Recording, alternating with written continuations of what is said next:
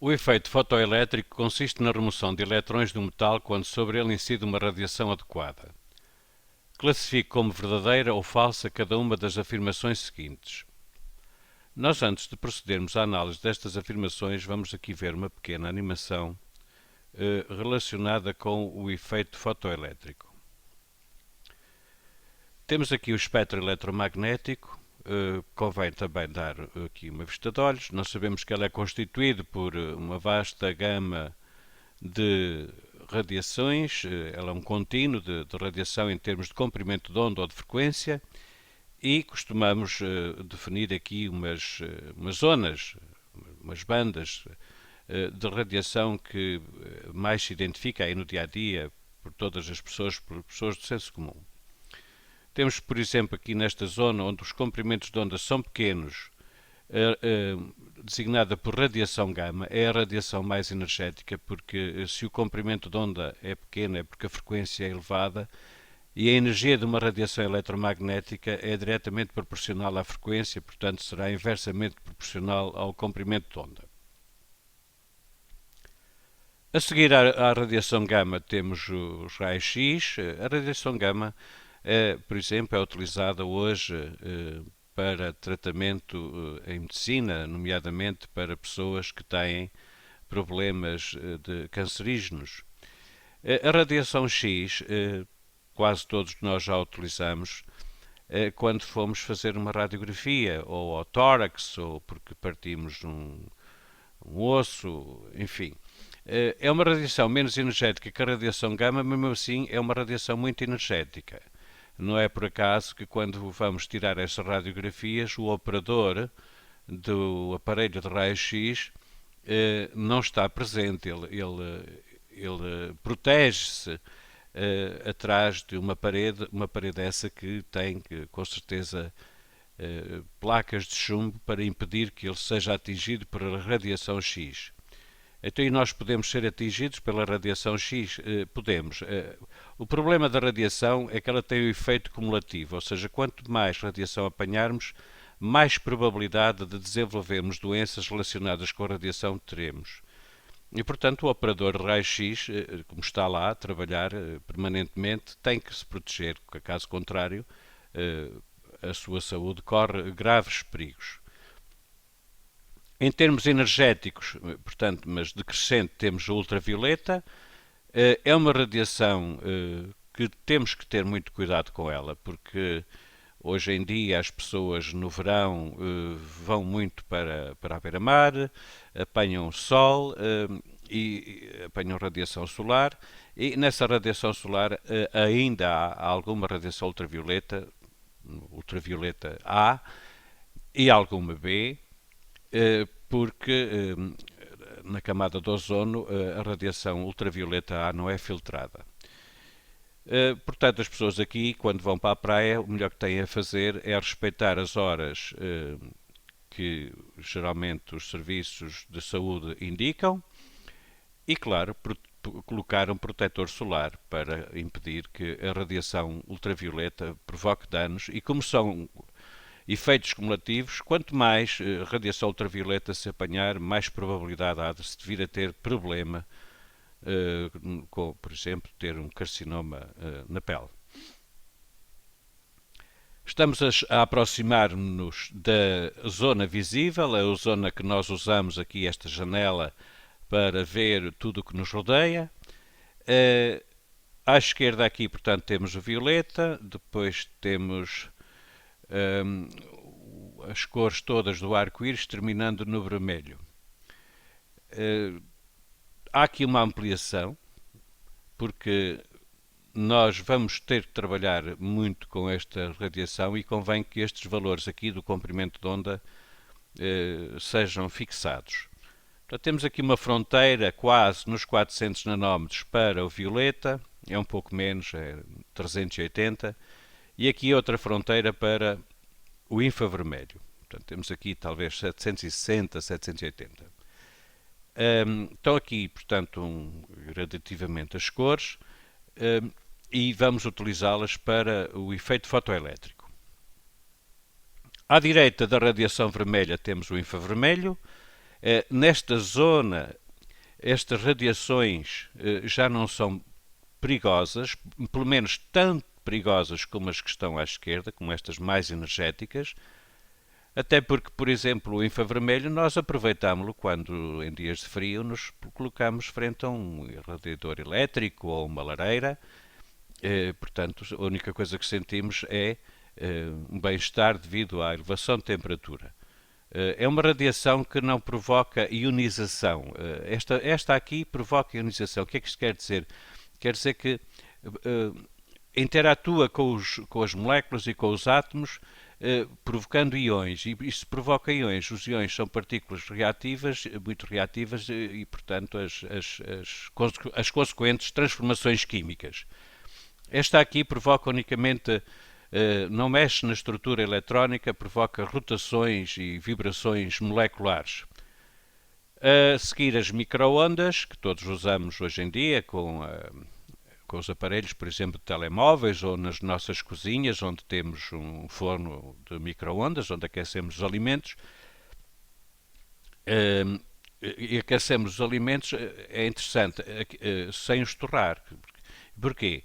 Porque o forno de microondas explica-se o seu funcionamento pelo facto de esta zona de radiação unicamente provocar alterações em termos de rotações e distensões moleculares nas ligações químicas. Portanto, não destrói ligações químicas. Se o alimento tiver água, vai fazer com que a agitação térmica das moléculas da água, ou que a energia cinética média delas aumente. Por isso nós verificamos um aumento de temperatura. E depois temos as ondas de rádio, que são utilizadas nos sistemas de radar, nas telecomunicações também. Aqui também, sim, nas telecomunicações, por exemplo, os satélites utilizam esta banda de radiação eletromagnética. Funcionam aqui nas microondas. Enfim, o espectro eletromagnético é de facto de uma riqueza espetacular pela diversidade de comprimentos de onda e portanto, de frequências que nos disponibiliza, em torno das quais é possível desenvolver hoje esta maravilhosa tecnologia que nós temos e que se baseia, de facto, no aproveitamento desta grande diferença de comprimentos de onda e de frequências e de energias desta radiação. Vamos então ao efeito fotoelétrico propriamente, porque é com ele que vamos responder às alternativas propostas na questão anterior. E, basicamente, o efeito fotoelétrico o que é? Vamos começar por analisar aqui este esquema. Isto é um esquema, isto não tem nada a ver com a realidade, é unicamente um suporte visual para que possamos compreender melhor o efeito fotoelétrico. Nós aqui temos o metal, e nesse metal estes círculos brancos representam eletrões. Estes eletrões, obviamente, pertencem ao metal, estão de certo modo ligados à estrutura do metal, e nós temos aqui fotões prontos a atacar. Prontos a atacar quem? Prontos a atacar os eletrões. E vamos fazer com que eles interatuem com os eletrões do metal. E vamos ver qual vai ser o efeito. Estas ondículas, portanto, são fotões, são partículas de luz. De acordo com o que foi dito, as mais energéticas serão as que estão à esquerda. À medida que caminhamos para a direita, são cada vez menos energéticas. E, portanto, vamos enviar um fotão e ver o que é que ele vai fazer a este eletrão. Ora, enviando o fotão, tal. O que é que aconteceu? O fotão deixou de se ver, o que quer dizer que a energia foi absorvida. E foi absorvida por quem? Foi absorvida por este eletrão. Vamos repetir a animação. Lá está o fotão, ele colide com o eletrão e o eletrão abandona o metal. Quer dizer que a energia que o fóton tinha foi suficiente para remover o eletrão da atração dos átomos que constituem o metal. E mais, o eletrão não ficou aqui parado, ele saiu disparado com uma determinada energia cinética. Será oportuno agora olharmos para esta fórmula. Nós temos a energia da radiação, que é a energia do fotão, e essa energia vai distribuir-se por duas parcelas. Uma parte dessa energia vai ser aproveitada para remover o eletrão da estrutura do átomo que constitui o metal. Portanto, vai abandonar o átomo que constitui este metal. E se a energia da radiação ainda tiver mais alguma coisa, ainda sobra para esta parcela aqui, ou seja, o eletrão abandonará o metal com uma determinada energia cinética. De onde se conclui que quanto mais elevada for a energia da radiação incidente, para eletrões em igualdade de circunstâncias, sairão cada vez com maior energia cinética, quanto mais nós aumentarmos a energia da radiação incidente. Vamos então proceder à interação destes fotões com estes eletrões da estrutura metálica, portanto são eletrões que pertencem a átomos deste metal. Aí está, este eletrão sai também, mas o que estamos a verificar é que cada vez a energia cinética é menor. Mas já não admira, porque nós já vimos aqui esta expressão. Esta energia cinética será tanto maior quanto maior for a energia da radiação incidente, desde que a energia de remoção seja a mesma. Ora, nós estamos a considerar o mesmo metal, portanto é de esperar que se os fotões que sobre ele incidem cada vez são menos energéticos, então os eletrões são abandonados cada vez com menor energia cinética. Vamos repetir. Está, maior energia cinética, menor um bocadinho, menor ainda. E agora nem sequer saiu o eletrão. O que é que se passou aqui então? Claro que é fácil de ver. A energia da radiação, ou seja, a energia daquele fotão, nem sequer foi suficiente para remover o eletrão. Portanto, o eletrão foi absorvido pelo metal e a energia manifestou-se de outra maneira que não a de remoção ou de energia cinética. Vamos atirar, entre aspas, com o fotão amarelo. Cá está. Também não remove. Será que o laranja remove? Não. E não porquê? Bom, estes fotões que estão aqui à direita do verde são menos energéticos ainda. Repare-se no comprimento de onda. Está um comprimento de onda maior. Quer dizer que é uma frequência menor e como a energia é proporcional à frequência, estes fotões aqui para a direita têm cada vez menos energia. Portanto, se este não conseguir remover, nenhum dos outros conseguirá. Vamos repetir, não repetirá. Mas agora podemos fazer uma experiência diferente, que é juntar a energia de 4 fotões e fazê-los colidir com um eletrão, simultaneamente. Ou seja, se este tem uma determinada energia, eles todos terão 4 vezes mais energia. Portanto, deveriam arrancar o eletrão. Vamos ver. E não arrancam. Não removem o eletrão. Mas a energia deles, os 4, é superior à energia de remoção. Nós temos aqui um problema. Então, se a energia dos 4 é superior à energia de remoção, por que é que eles não removeram o eletrão? E não removeram o eletrão pelo seguinte: é que eles, quando interatuam com o eletrão, interatuam individualmente. Cada fotão, aliás, interatua com o eletrão individualmente. Eles não têm efeitos somativos, ou seja, aqui a união não faz a força. Das duas, uma. Se o eletrão tem energia suficiente para remover o eletrão, portanto, se a sua energia é pelo menos igual à energia de remoção, então o eletrão é removido. Se a sua energia não é suficiente, ou seja, é inferior à energia de remoção, o eletrão não será removido, por muito que nós aumentemos a intensidade do feixe. Repare que colocar aqui muitos fotões é aumentar a intensidade do feixe. Por exemplo, numa analogia, uma lâmpada acesa, 2 lâmpadas acesas, 3 lâmpadas acesas, 4 lâmpadas acesas. Mas os fotões têm todos a mesma energia. São mais, mas têm todos a mesma energia. E como a interação é cada fotão com cada eletrão, eles não podem pedir ajuda ao vizinho, de maneira que o efeito fotoelétrico falha mesmo assim. Isto é uma conclusão importante porque nós daqui podemos verificar o seguinte: dado que aumentar a intensidade não provoca efeito fotoelétrico, se ele já não existia com menor intensidade, então nós concluímos que a interação é fotão-eletrão. Vamos então responder às questões que aqui estão. Para cada metal, o efeito fotoelétrico ocorre seja qual for a radiação incidente, desde que se aumente suficientemente a intensidade dessa radiação.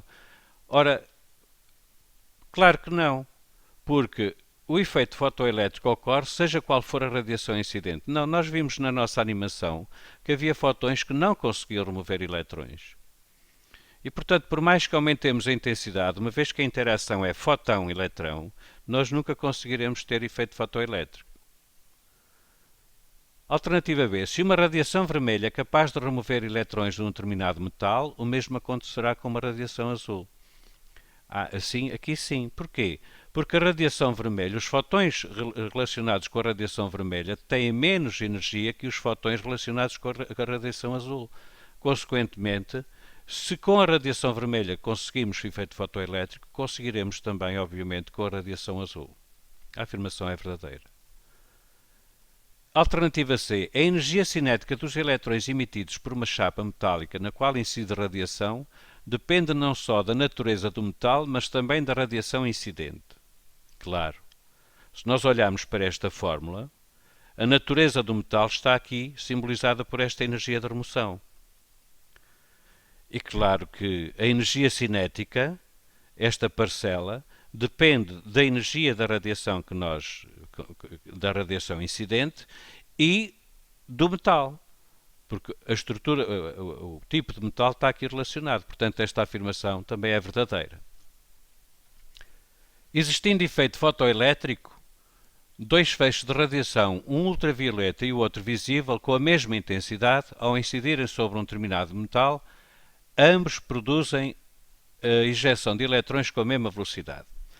Obviamente que não. E obviamente que não porquê? Porque o efeito fotoelétrico existe. Temos um feixe ultravioleta e outro visível. Ou seja, este primeiro membro é logo diferente para um e para o outro. É diferente.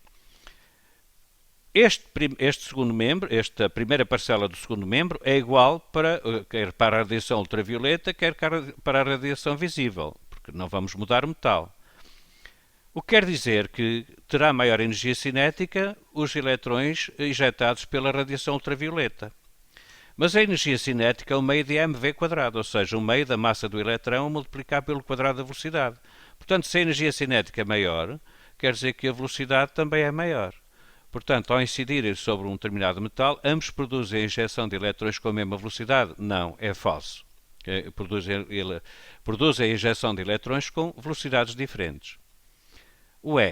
Existindo efeito fotoelétrico, os eletrões mais fortemente atraídos pelos núcleos dos átomos do metal, em que incide uma radiação, são injetados com menor velocidade.